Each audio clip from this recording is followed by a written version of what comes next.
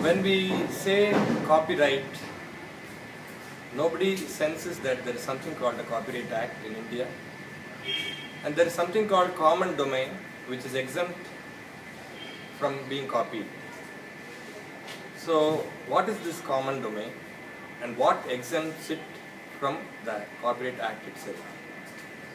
For that, we have to first understand what is the intellectual property we try to copyright. An intellectual property is just like a physical property, a land, a movable property that we hold.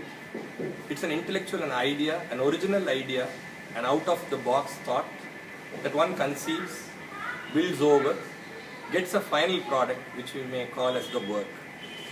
The person who does this or the persons who do it together hold the authorship of the copyright, the work.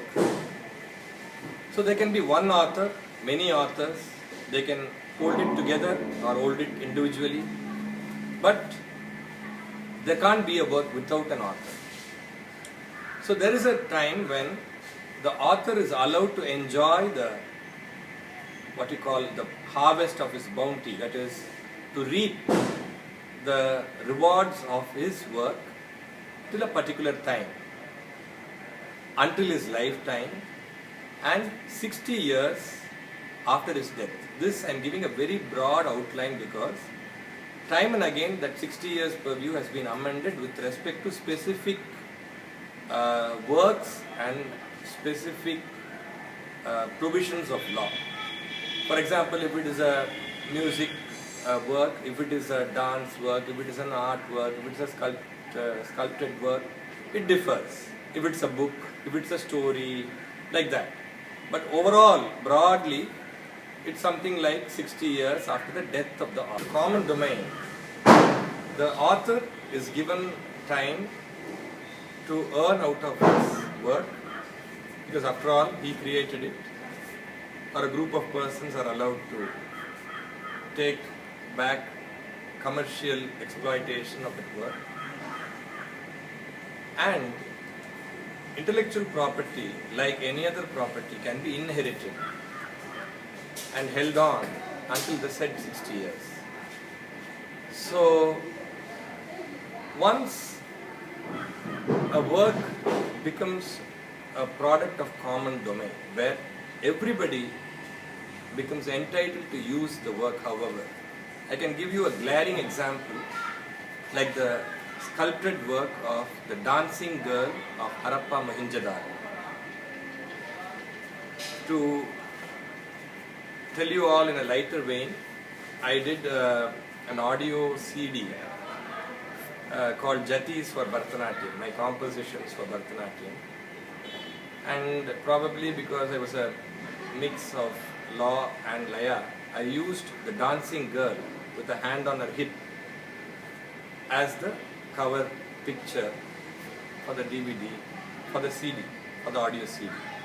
So when it came for the visualization of the audio, when we went to do a DVD of the Jatis with adavus of dance, I used the dancing girl of Tanjavur, Talayatti Bommai, which is also a common domain work, where no single person can claim right over that figurine.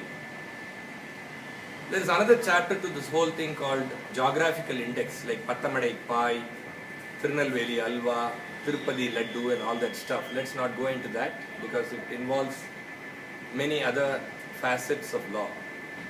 But when you come to the specific area of artists being part of the Copyright Act, having to safeguard their work or allow it to be used carefully without an infringement of copyright, then we mean business. So there, even the person who puts in his money to record and use that work has to be guarded. He is not a fool, he need not waste his money over an author's work and lose his money. It's not a gambling proposition. So there what happens?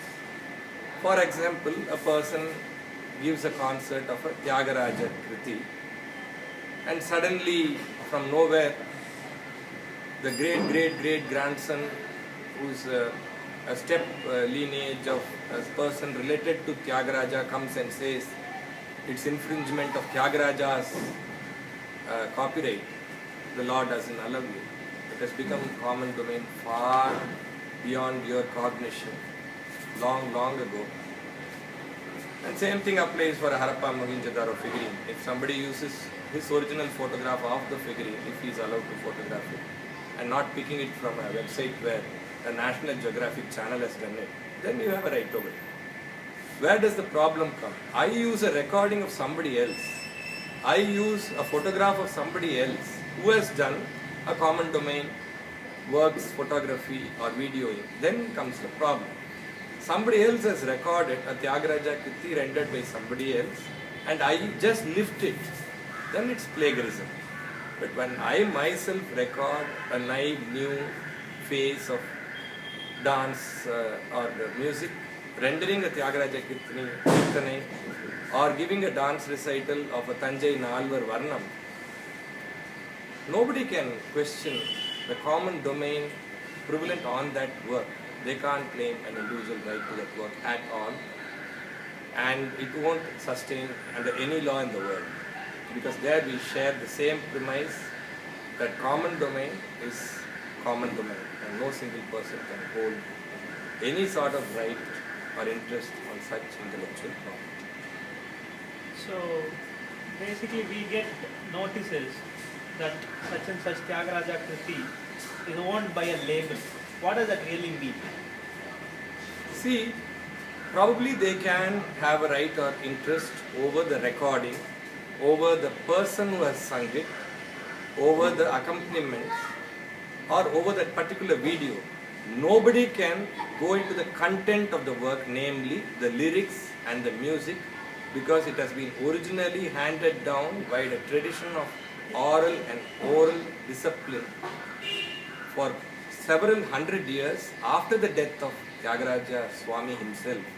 So there is no way that anybody can claim any right, title or interest to such intellectual property and their content. And there is a lot of this thing about recordings happening during the concert. There are a lot of views on that.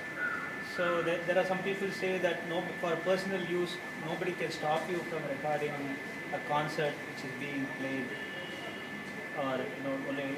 So what is the actual law in India? Can you record a concert in your mobile phone? See, when you talk about the action of recording a concert by itself, I can only compare it to theft in Indian Penal Code. See, because what is theft? There are 4 stages in a crime, in an offense. First is intention, second is preparation, third is attempt, and fourth is commission. In the process of recording a concert in your iPhone or cell phone, your intention is just to record the concert for yourself. Unless there is a specific legal provision which says probably the organizer has a contract with you to desist from such recordings.